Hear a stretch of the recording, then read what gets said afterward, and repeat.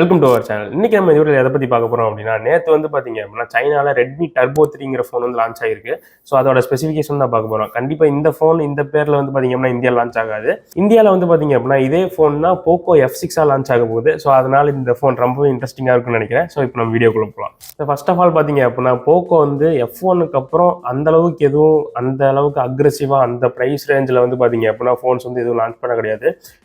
F5 F4 இதெல்லாம் F3 வந்துச்சு தான். பட் அந்த அளவுக்கு பார்த்தீங்க அப்படின்னா ஸோ F1க்கு கிடைச்ச அளவுக்கு அந்த ரெஸ்பான்ஸ் ஆகட்டும் அது வந்து போக்கோ கிட்ட கிடைக்கல அதுக்கப்புறம். ஸோ இந்த டைம் வந்து பார்த்தீங்க அப்படின்னா F6 வந்து அந்த ரேஞ்சில் தான் மறுபடியும் வருது. ஸோ கண்டிப்பாக 20,000 கீழெல்லாம் பார்த்தீங்க அப்படின்னா சான்ஸே கிடையாது. ஏன்னா F5 பார்த்தீங்க அப்படின்னா 28-29 கொடுத்துட்டு இருக்காங்க. பட் இந்த ப்ரைஸிங் வந்து பார்த்தீங்க அப்படின்னா இருக்கிறதுலே என்ன ஹை எண்டாக கொடுக்க முடியுமோ அதை வந்து இந்த டைம் டெலிவரி பண்ணியிருக்காங்கன்னு சொல்லணும். அதே ஸ்பெக்ஸ் அப்படியே இந்தியாவுக்கு வந்துச்சு அப்படின்னா ஸோ அப்படி என்ன இந்த டைம் கொடுத்துருக்காங்க அப்படிங்கிறத பார்ப்போம். ஸோ டிஸ்பிளே அப்படின்னு பார்த்தீங்க அப்படின்னா 6.67 inch 1.5K OLED டிஸ்பிளே வந்து யூஸ் பண்ணியிருக்காங்க. ஸோ இதுக்கு முன்னாடி வரைக்கும் பார்த்தீங்க அப்படின்னா ஃபுல் ஹெச்டியோட இருக்கும். ஸோ இந்த டைம் வந்து பார்த்தீங்க அப்படின்னா 1.5K கொஞ்சம் அப்கிரேட் ஆயிருக்காங்கன்னு சொல்லணும். ஸோ டிஸ்பிளேயோட ரெஃப்ரெஷ் ரேட் பார்த்தீங்க அப்படின்னா 120 Hz தான். 445 ppi பிக்சல் டென்சிட்டி வந்து இருக்கு. 1000 nitsக்கான பீக் பிரைட்னஸ் வந்து போகுது. ஸோ நல்லா ஃபேன்சியாக பார்த்தீங்க அப்படின்னா 3000 4000 கொடுக்காம கரெக்டாக மென்ஷன் பண்ணியிருக்காங்க 1000 nits. ஏன்னா இதுவே பார்த்தீங்க அப்படின்னா எனஃப் தான். 1000 2000 தான் பார்த்தீங்க அப்படின்னா மேக்ஸிமம். அதுக்கு மேலே பிரைட்டாக வந்து பார்த்தீங்க அப்படின்னா ஃபோன்ஸ்க்கு வந்து தேவை கிடையாது. அதுவும் உங்களால் ஃபீல் பண்ண முடியாது. ஏன்னா இவங்க வந்து இவங்க பீக் பிரைட்னஸ் சொல்கிறது வந்து பார்த்தீங்க அப்படின்னா HDRல ஏதாவது ஒரு பாயிண்ட்ல மட்டும் தான் தெரியும். அதுவும் டிஸ்பிளேல ஏதோ ஒரு சின்ன LED பிளிங்க் ஆகுறது உங்களுக்கு அந்த அளவுக்கு டிஃபரன்ஸ்லாம் தெரிய போகிறது இல்லை. ஸோ ஜஸ்ட் மார்க்கெட்டிங் டைம் தான் இந்த மாதிரி யூஸ் பண்ணுறது பெட்டர். போக்கோனாலே பார்த்தீங்க அப்படின்னா பர்ஃபார்மன்ஸ் தான் எல்லாரும் எதிர்பார்ப்பாங்க. ஸோ அந்த வகையில் இந்த டைம் கொடுத்துருக்கிற ப்ராசஸர் வந்து பார்த்தீங்க அப்படின்னா 8S Gen 3 வந்து யூஸ் பண்ணியிருக்காங்க. உங்களுக்கு நேமிங்லேயே தெரிஞ்சிருக்கும் 8 Gen 3 வந்து எவ்வளோ பவர்ஃபுல்லான ப்ராசஸர் அப்படின்னு. இப்போ அதுதான் பார்த்தீங்க அப்படின்னா ஃப்ளாக்ஷிப்பில் இருக்கு. எல்லாம் மோஸ்ட் ஆஃப் த ஃப்ளாக்ஷிப்பில் வந்து பார்த்தீங்கன்னா அதை யூஸ் பண்ணுறாங்க. ஸோ அதோட டவுன் கிளாக் பண்ண வெர்ஷன் தான் பார்த்தீங்க அப்படின்னா 8S Gen 3. இப்போ ரீசெண்டாக தான் பார்த்தீங்க அப்படின்னா ஸ்னாப்டிராகன் அனௌன்ஸ் பண்ணியிருந்தாங்க. அதுக்குள்ளேயே நிறைய ஃபோன்ஸ் வந்து பார்த்தீங்க அப்படின்னா வர ஆரம்பிச்சிருச்சு. பட் இந்த ஃபோன் எதுக்கான காம்படிஷன் பார்த்தீங்க அப்படின்னா OnePlus Nord 4க்கான காம்படிஷன் தான். OnePlus Nord 4ம் இன்னும் இந்தியா லான்ச் ஆகல. பட் கூடிய சீக்கிரம் அடுத்த மாதத்துக்குள்ள லான்ச் ஆகிட்டு தான் நான் வந்து நினைக்கிறேன். அந்த ஃபோனில் கொடுத்துருக்க ப்ராசஸர் வந்து பார்த்தீங்க அப்படின்னா 7+ Gen 3 தான். ஸோ 7+ Gen 3க்கும் 8S Gen 3க்கும் நல்ல டிஃப்ரென்ஸே வந்து உங்களால் பார்க்க முடியும். 8S Gen 3 விட கொஞ்சம் டவுன் கிளாக் பண்ணது தான் பார்த்தீங்க அப்படின்னா 7+ Gen 3. ஸோ அந்த வகையில் ப்ராசஸரில் வந்து பார்த்தீங்க அப்படின்னா கண்டிப்பாக போக்கோ வந்து பெட்டராக பண்ணியிருக்காங்கன்னு சொல்லணும். என்ன மேக்ஸிமம் தர முடியுமோ இந்த ப்ரைஸ் ரேஞ்சுக்கு அதை வந்து கொடுத்துருக்காங்க. ஸோ அது கூடவே ரேமுக்கு வந்து பார்த்தீங்க அப்படின்னா LPDDR5X ரேம் இருக்குது. அண்ட் UFS 4.0 ஸ்டோரேஜும் யூஸ் பண்ணியிருக்காங்க இது கூடவே.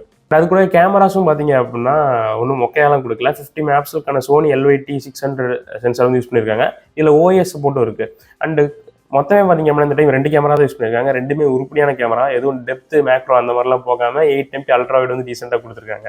அண்ட் ஃப்ரண்ட்டுக்குமே பார்த்தீங்க அப்படின்னா 20MP ஆம்னிவிஷன் சென்சார் வந்து யூஸ் பண்ணியிருக்காங்க. பட் உங்களுக்கு ஃப்ரண்ட்டில் உங்களால் 4K 30fp சப்போர்ட்லாம் கிடையாது. ஒன்லி 1080p 60R30 தான். அண்ட் ஃபைனலாக பேட்டரி அப்படின்னு பார்த்தீங்க அப்படின்னா 5000 mAh கொடுத்துருக்காங்க. கூடவே ஃபாஸ்ட் சார்ஜிங்க்கு 90 watts கொண்ட ஃபாஸ்ட் சார்ஜிங் சப்போர்ட் இருக்குது. ஸோ அதுலேயும் உங்களுக்கு எந்த வித குறையும் வைக்கல. IP64க்கான ரேட்டிங் இருக்குது. Wi-Fi 6 வந்து கொடுத்துருக்காங்க. அண்ட் ப்ளூடூத் வெர்ஷனும் பார்த்தீங்க அப்படின்னா 5.4 சப்போர்ட் பண்ணுது. அண்ட் சைனா லான்ச் பண்ண இந்த வேரியன்ட்ல வந்து பார்த்தீங்க அப்படின்னா NFC சப்போர்ட்டும் இருக்குது. பட் இந்தியாவுக்கு வரும்போது அது கட் பண்ணுவாங்களா கட் பண்ணாமல் வருமானலாம் நமக்கு வந்து தெரியாது. அண்ட் எப்பவுமே அவங்க சொல்கிற மாதிரி எக்ஸாக்சில் லீனியர் மோட்டார் அண்ட் இந்த அக்வா டச் அனௌன்ஸ் பண்ணாங்களே OnePlusல அதே பார்த்தீங்க அப்படின்னா இவங்க வெட் ஹேண்ட் டச் டெக்னாலஜி அப்படின்னு சொல்லி பேரை மாற்றி அதே இதை வந்து யூஸ் பண்ணாங்க. பட் ஆக்சுவலாக ரொம்ப நல்ல விஷயம் அது. And in display finger print sensor இருக்குது. IR பிளாஸ்டர் இருக்குது. திக்னஸ் வந்து பார்த்தீங்க அப்படின்னா 7.8 mm. வெயிட் வந்து பார்த்தீங்க அப்படின்னா 179 grams வந்து வெயிட் இருக்குது. இந்த ரியல்மிலாம் பார்த்தீங்க அப்படின்னா இந்த கெஸ்டர் கண்ட்ரோல் வந்து கொண்டு வந்திருந்தாங்க. நம்ம ஹேண்ட்ஸ் மூலிமா ஸ்வைப் பண்ணுறது அன்லாக் பண்ணுறது இந்த மாதிரி விஷயங்களை பார்த்தீங்க அப்படின்னா இதுலேயும் இப்போ இம்ப்ளிமெண்ட் பண்ணியிருக்காங்க.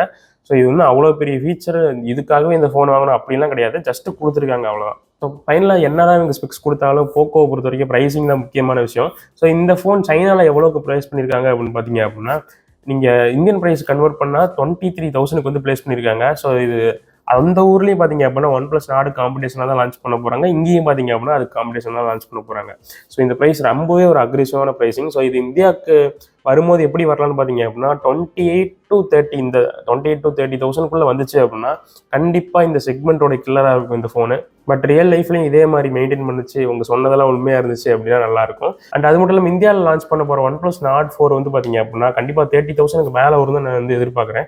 பட் அதே டைமில் இந்த ஃபோன் 30,000 கீழே வந்துச்சு அப்படின்னா ரொம்ப அக்ரெசிவாக இருக்கும் ப்ரைஸிங்கை பொறுத்த வரைக்கும். ஏன்னா அந்த அளவுக்கான பர்ஃபார்மன்ஸும் இந்த ஃபோனில் வந்து இருக்குது. ஸோ நல்ல ப்ரைஸிங் வரும்னு நான் வந்து எதிர்பார்க்கலாம். ஸோ அவ்வளோதான் பார்த்தீங்க அப்படின்னா இந்த ஃபோனை பற்றியான ஸ்பெக்ஸ் அண்ட் டீட்டெயில்ஸ். ஸோ இதை பற்றி நீங்கள் என்ன நினைக்கிறீங்க அப்படின்னு கமெண்ட்ஸ் சொல்லுங்கள். அடுத்த வீடியோவில் பார்க்கலாம்.